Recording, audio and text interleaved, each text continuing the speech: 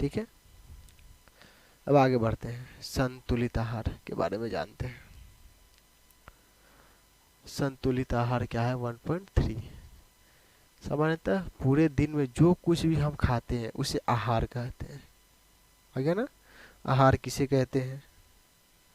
तो चौंकने की बात नहीं है, जो भी हम खाते हैं दिन भर में, 24 घंटे ले लीजिए, सातों दिन ले लीजिए, पूरे साल ले लीजिए, या जन्म से लेकर अभी तक जो भी आपने खाया वो सब आहार है। ठीक है, अब तो ये कहिए कि मैं दवा भी खाता हूँ, वो भी आहार है, तो समझ लीजिए वो भी आहार है। जिस चीज की आपके शरीर में कमी होती है, ठीक है, ये आपका शरीर है और आपका चेहरा ऐसा हो गया, ठीक है, तो इसको सही करने के लिए जो भी हम दवा खाएंगे और शरीर ऐसा होने जाए, तो दवा में भी वो पोषक तत्व होते हैं जो हमारे शरीर को स्वस्थ करते हैं, शरीर के उन अनावश्यक तत्वों से लड़ते हैं, तो वो भी एक प्रकार का आहार ही है।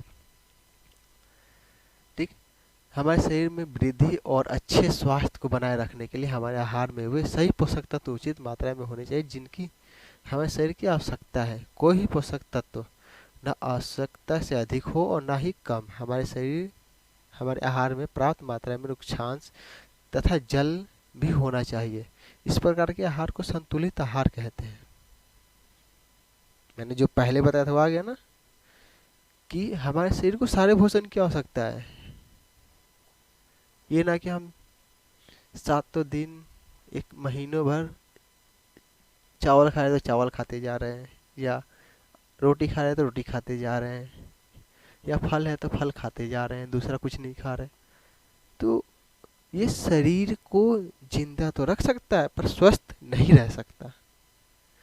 तो स्वस्थ रहने के लिए आपको संतुलित आहार खाना पड़ेगा, यानी जिसकी चीज की, जो जो वस्तु की आपको शरीर की आवश्यकता है उससे रिलेटेड भोजन को आपको खाना पड़ेगा।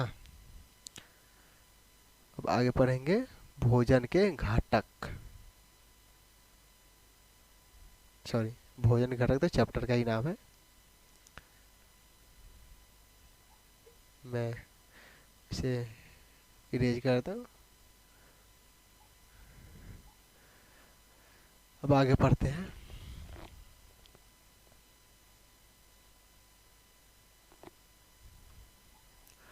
क्या आप सोचते हैं कि प्रत्येक आयु वर्ग के लोगों को एक ही प्रकार के आहार की आवश्यकता होती है? क्या आप यह भी सोचते हैं कि हमारा संतुलित आहार हमारे शरीर का आज में निर्भर करता है? ये भी अच्छा लाइन आया कि जो चीज़ आप खाते हो, क्या उतना ही भोजन उतना ही मात्रा में आपके पापा भी खाते हैं, या मम्मी भी खाते हैं, या दादा भी खाते हैं, या कोई भी जो आपके एज का डिफरेंट हो। जैसे आप 10 साल के हैं, वो 20 साल का हो, आप 20 साल के हैं, वो 10 साल या 25 साल या 4, मतलब आपसे अलग हो। तो क्या प्रत्येक व्यक्ति का खाना एक ही प्रकार का की ज़रूरत होती है, या सबको अलग अलग ज़रूरत होती है?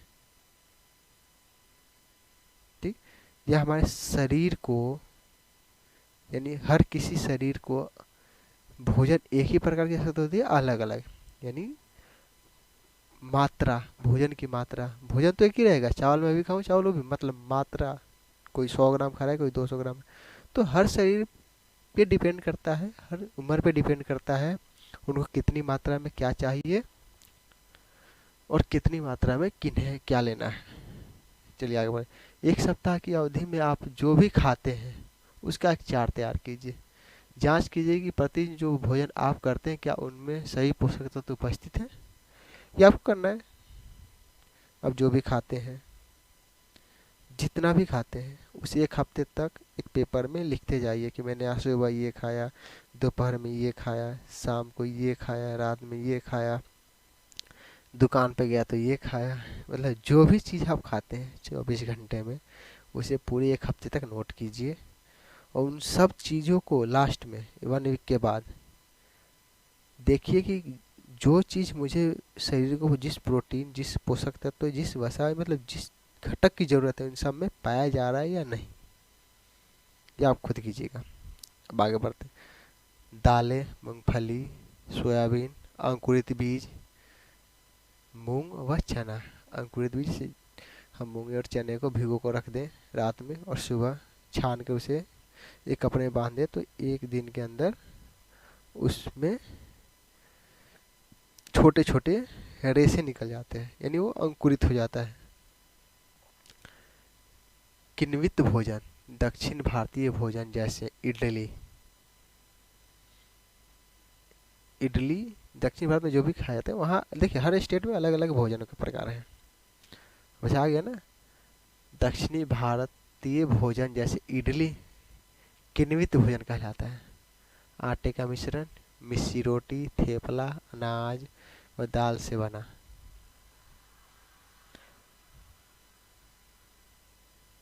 मिस्सी रोटी बंगाली है, थेपला गुजराती है। ठीक है, मिस्सी रोटी खाई जाती है बंगाल में, थेपला खाया जाता है गुजरात में। ठीक है।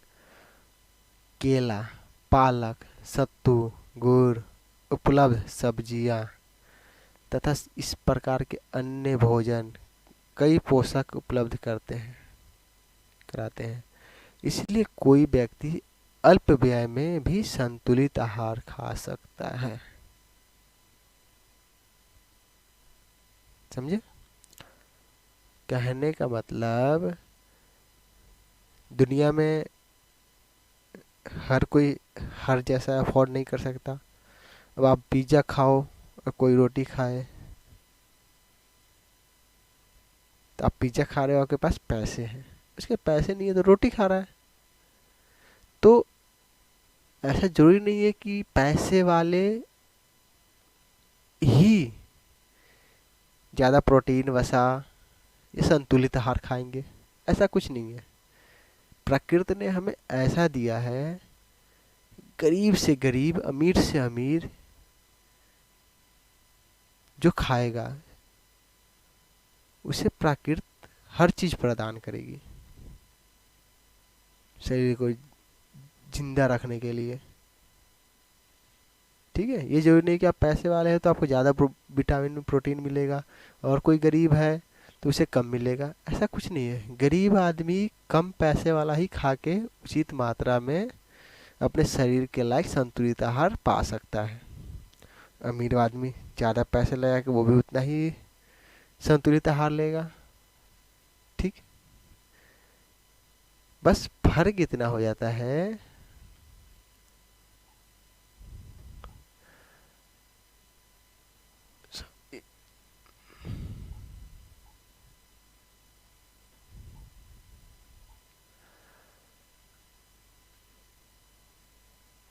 अमीर जो चीज 500 का खरीदेगा,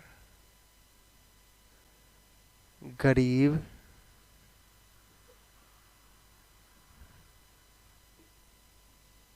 उसी चीज को 100 में खरीद के खाता है। डिफरेंट यही है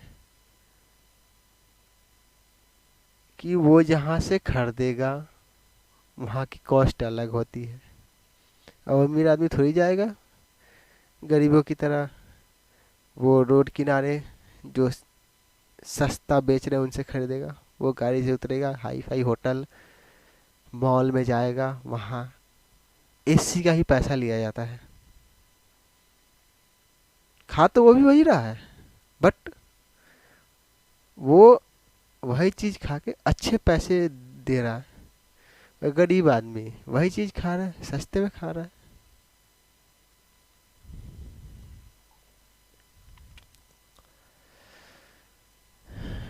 पहली यह जानने की उत्सुकता है कि क्या जंतुओं के भोजन में भी ये सभी अवयव होते हैं, क्या उन्हें भी संतुलित भोजन की आवश्यकता होती है। अब एक और क्वेश्चन आ गया, जीव जंतु की भोजन की बात हो रही है, तो हम भी जीव हैं मानो, और जानवर भी जीव हैं। जो हम खाते हैं वो जानवर नहीं खाते। अब जानवर घास खाता है तो हम घास थोड़ी खाएंगे। या हम रोटी खा रहे हैं बनाकर तो थोड़ी रोटी बना के खा सकता है, नहीं। तो पोषक तत्व नष्ट न हो, क्या आप जानते हैं कि पकाते समय कुछ पोषक तत्व नष्ट हो जाते हैं?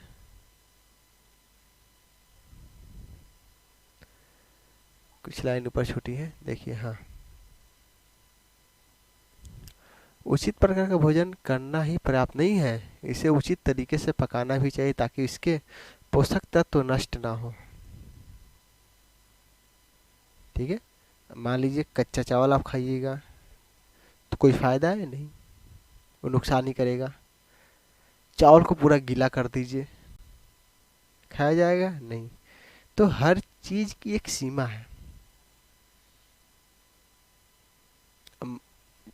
किसी चीज को आप जला दे पूरा तब खाएं, कोई प्रॉफिट देगा वो? नहीं।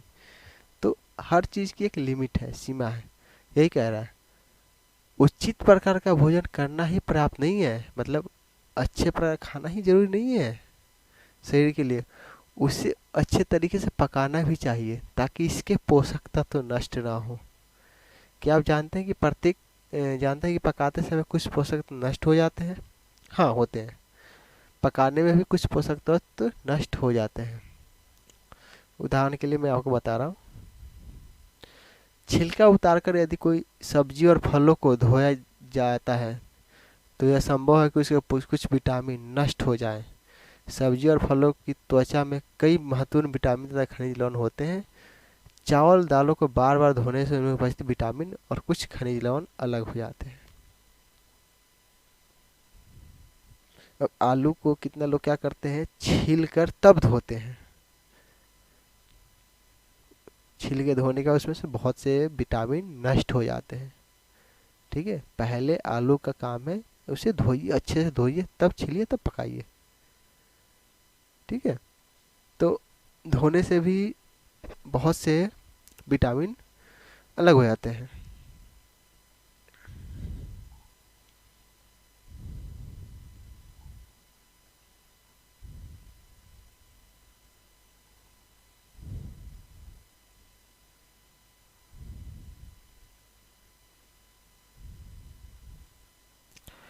हम सभी जानते हैं कि पकाने में से भोजन का स्वाद बढ़ता है तथा इसे पचाने में आसानी होती है। इसके साथ साथ पकाने से कुछ पोषक तत्वों की हानि भी हो सकती है। यदि भोजन पकाने में अत्यधिक जल का उपयोग किया जाता है और बाद में उसे फेंक दिया जाता है तो कई लाभदायक प्रोटीन तथा खनिज लवणों की हानि हो जाती है। आगे है ना, पहले के ज़माने में गांव में हमने देखा है, जो गांव से होंगे वो जानते होंगे, गांव में क्या होता था, चावल पकता था। तो चावल पकाने में जो पानी का उपयोग होता था और वो निकलता है, मार बोला जाता है गांव में। अब आपको क्या, आपकी तरफ बोला जाता है, आप कमेंट कर सकते हैं। तो उस मार को हमने खाया है। वो मार थोड़ा चावल डाल कर उसमें नमक डाल के खाओ, बहुत लाभदायक होता है। क्योंकि चावल का जितना भी प्रोटीन है उस पानी में मिल जाता है, और उसे अगर फेंक दीजिएगा चावल उतना प्रॉफिट नहीं देगा।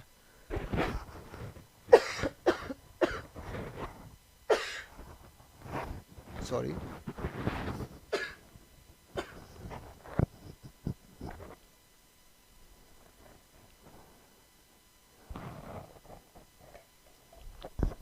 पूरे 1 घंटे से बोल रहा हूँ, गला सूख गया। तो आगे बढ़ते हैं। पकाने में विटामिन सी आसानी से गर्मी से नष्ट हो जाता है। क्या यह उचित नहीं होगा कि हम अपने आहार में फल और कच्ची सब्जियों को सम्मिलित करें? मतलब पकाने से विटामिन सी आसानी से, मतलब गर्मी से विटामिन सी नष्ट हो जाता है। सिंपल सी भाषा। पकाएंगे कैसे? गर्मी से आग से पकेगी, विटामिन सी क्या होगा, नष्ट हो जाएगा। अब विटामिन सी को पाने के लिए हम पका नहीं सकते, तो क्या करते हैं, उसको हम सलाद के रूप में उपयोग करते हैं। छोटे टुकड़े करके भोजन के साथ लिया जाता है। वो विटामिन सी, जैसे नींबू हो गया,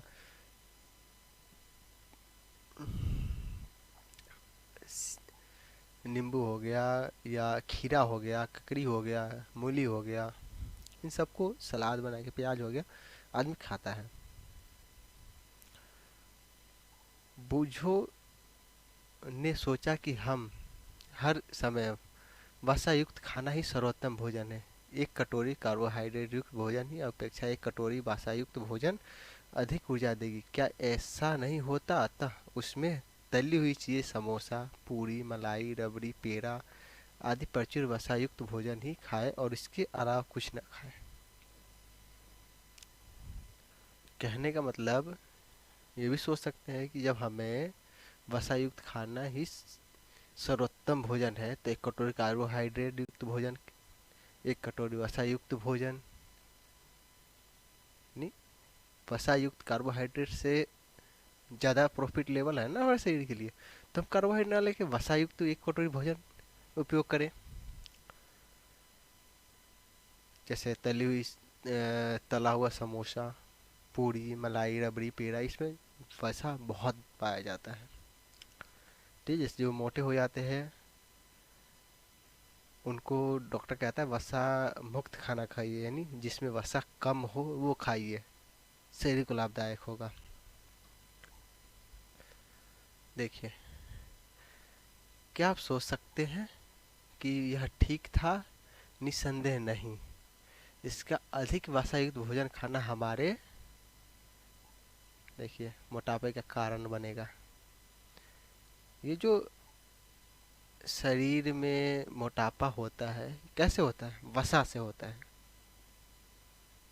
ठीक, तो सिर्फ वसा युक्त ही खाना खाइएगा तो क्या होगा? शरीर मोटा हो जाएगा, फिर बीमारी का घर हो जाएगा। अधिक वसा युक्त भोजन खाना हमारे लिए बहुत हानिकारक हो सकता है। हमारे भोजन में वसा की मात्रा अधिक मोटापे का कारण बनती है। मैंने बोला था ना कि ज़्यादा वसा युक्त खाएंगे तो शरीर मोटा हो जाएगा।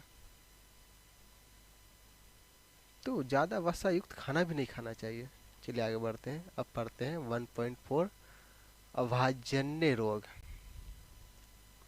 भावजन्य रोग। एक व्यक्ति खाने के लिए पर्याप्त भोजन पा रहा है, लेकिन कभी कभी उसके भोजन में किसी विशेष पोषक की कमी हो जाती है। यदि यह किसी लंबी अवधि तक रहती है तो वह व्यक्ति उसके अभाव से ग्रसित हो जाता है, हो सकता है। एक या अधिक पोषक तत्वों का अभाव हमारे शरीर में रोग अथवा विकृतियां अन्य उत्पन्न कर सकती है।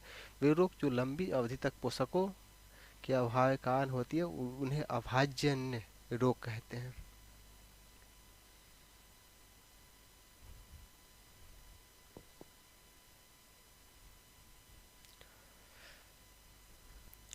मैंने कहा था ना, अगर आप एक ही प्रकार का खाना खाइएगा, यानी एक ही पोषक तत्वों का उपयोग कीजिएगा, जैसे वसा युक्त खाना डेली खाइए, तो आप मोटापा के शिकार हो जाएंगे और बाकी चीज़ की कमी हो जाएगी। तो जब भी हमारे शरीर में एक ही प्रकार का भोजन करने से कोई रोग उत्पन्न होता है, उसे अभावजन्य रोग। अभाव मतलब किसी चीज की उपस्थिति ना होना अभाव कहलाता है।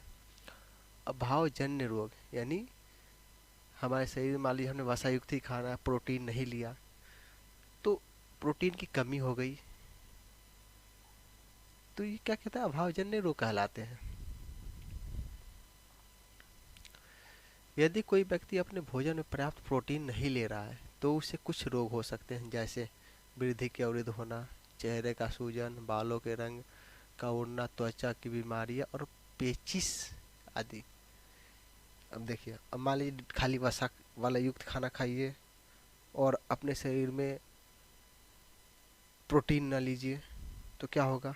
बहुत से रोग हैं, जिससे आपकी वृद्धि नहीं होगी, आपका वजन हाइट नहीं बढ़ेगा, चेहरे में सूजन आ जाएगी, बाल उजले होने लगेंगे, त्वचा में बीमारी जैसे आंखों के नीचे काले धब्बे आने लगेंगे। यदि प्रोटीन तथा कार्बोहाइड्रेट दोनों ही किसी व्यक्ति के आहार से एक लंबे समय तक अनुपस्थित रहे तो उसकी वृद्धि पूरी तरह अवरुद्ध हो जाएगी। ऐसा व्यक्ति बहुत दुबला पतला हो जाएगा, वह इतना दुर्बल हो जाएगा कि चलने भी असमर्थ होगा।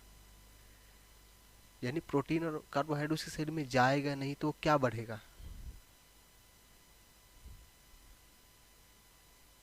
उसकी लंबाई नहीं बढ़ पाएगी, बहुत दुबला पतला हो जाएगा, चल भी नहीं सकता। विभिन्न विटामिन और खनिज लवणों के अभाव से विटामिन रोग तथा विकृतियां हो सकती हैं। इनमें कुछ सारणी 1.3 में दर्शाया गया है।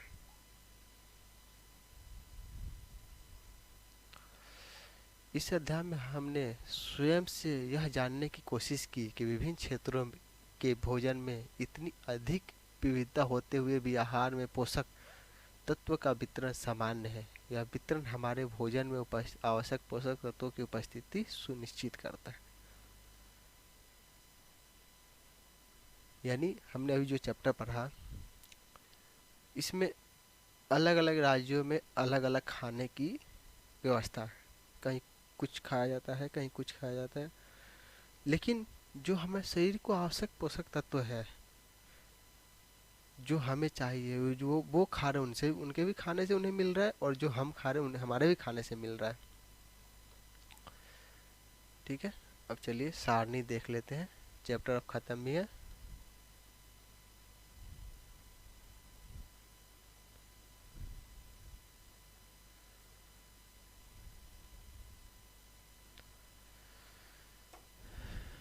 सारणी 1.3 विटामिन और खनिजों लवणों के अभाव के कारण होने वाले कुछ रोग विकार।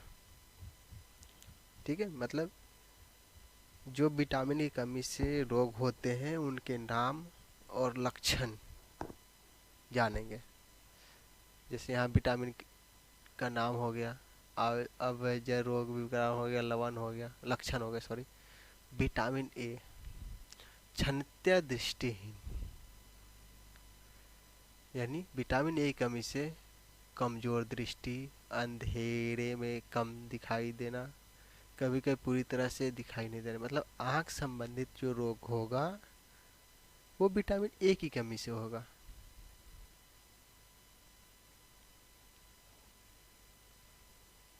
आपको क्वेश्चन आएगा ये, विटामिन ए की कमी से होने वाले रोगों के नाम लिखे। तो रतौंधी हो गया, मुख्य आँख संबंधित जो भी रोग है, कम दिखाई देना, रात को ना दिखाई देना, दूरी न दिखना, नज़दीकी ना दिखना, ये सब विटामिन ए की कमी से होती है। विटामिन B1 अभी आगे हम पढ़ेंगे, A1 A2 B1 B2 C1 C2, मतलब विटामिन में भी कई प्रकार होते हैं। विटामिन B1 की कमी से बेरी यानी दुर्बल पेशियां और काम करने की ऊर्जा में कमी। ठीक है, यानी विटामिन B1 से आपको बेरी रोग होगा, और इसका लक्षण है कि आपका शरीर जो है दुबला हो जाएगा, कमजोर हो जाएगा, काम करने का मन नहीं करेगा, शरीर में ऊर्जा की कमी हो जाएगी। अब विटामिन सी के बारे में पढ़ते हैं। ठीक है, विटामिन सी अस्कर्वी, अस्कर्वी मतलब मसूड़ों से खून निकलना, घाव भरने में अधिक समय लगना। अब ब्रश करते हैं तो दांत से खून आने लगता है, उसकी क्या है, विटामिन सी की कमी है आपके शरीर में। आगे से ध्यान रखिएगा, विटामिन सी की कमी होगी तो मसूड़े से खून आने लगेंगे, कहीं कट जा रहा है या छिल जा रहा है, घाव हो जा रहा है, जल्दी सही नहीं हो रहा है, तो विटामिन सी की कमी है।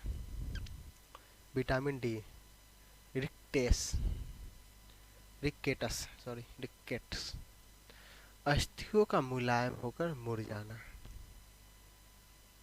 यानी विटामिन डी की कमी होगी तो आपकी हड्डी बहुत कमजोर हो जाएगी। हड्डी को मजबूत रखना है तो विटामिन डी खाएं, भरपूर मात्रा में लीजिए। गांव के लड़के विटामिन डी उन्हें भरपूर मिला रहता है, बहुत तगड़े होते हैं। शहर वालों को विटामिन डी कम मिल पाती है, सबको नहीं, मतलब बहुत से 90% शहर वाले बच्चे ऐसे ही होते हैं, विटामिन डी की कमी होती है। शरीर तो उन्हें लगेगा हट्टा कट्टा है, पर बहुत कमज़ोर होते हैं। कैल्शियम, अस्थियाँ और दंत क्षय, कमज़ोर अस्थियाँ और दंत क्षय। और कैल्शियम की कमी होगी तो आपके दांत टूटने लगेंगे, हड्डियाँ भी कमज़ोर हो जाएंगी। आयोडीन, घेघा, ठीक है, गोइटर, इंग्लिश में गोइटर बोला जाता है और घेघा हिंदी में बोला जाता है, यानी जो गर्दन की ग्रंथि का फूल जाना, बच्चों में मानसिक विकलांगता। आयोडीन कमी से देखिएगा बहुत लोग अपने गांव में पहले होते थे, अब तो बहुत कम हो गया, ठीक है। हमने आयोडीन पर समझ लिए विजय हासिल कर ली। आयोडीन की कमी से क्या होता है, घेघा हो जाता है, जो गला होता था ना सूज जाता था आगे की तरफ। और जो छोटे बच्चे होते थे वो दिमागी रूप से कमज़ोर बहुत हो जाते हैं आयोडीन की कमी से। लोह, अरक्ता, यानी कमजोरी, ठीक है। लोह युक्त खाने के अरक्ता का शिकार हो जाइएगा, अब कमजोरी महसूस होगा।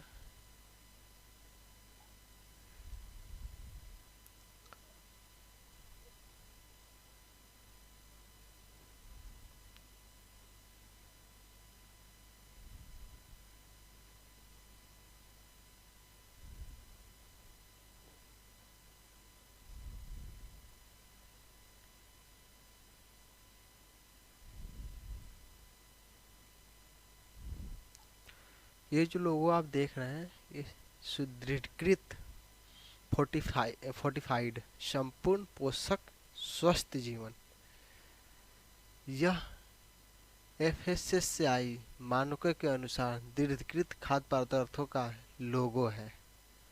आप आगे पढ़िएगा ना, FSSAI, ठीक है। आप कोई भी वस्तु खरीदिएगा पैकेज वाला ना, उसके पीछे लिखा होता है FSSAI प्रूव, यानी FSSAI उसे वेरीफाई किया हुआ है, यानी मानकों के अनुसार दृढ़कृत खाद्य पदार्थों का लोगो है, यानी जो FSSAI होता है उसका ये लोगो है, ठीक है। खाद्य पदार्थों के शुद्धिकरण का से अभिप्राय है कि मुख्य भोजन जैसे चावल, गेहूं, तेल, दूध और नमक के प्रमुख विटामिन खनिजों को मिलाकर उसमें पोषक तत्वों का उत्तम बनाना है। देखिए, FSSAI का काम है कि कोई भी खाने की वस्तु है, अब बेच रहा है, तो उसमें कोई कमी तो नहीं है, या उसको कोई ऐसा चीज़ तो नहीं मिले जिससे हमारे शरीर को नुकसान पहुंचे, तो वह यही चेक करता है।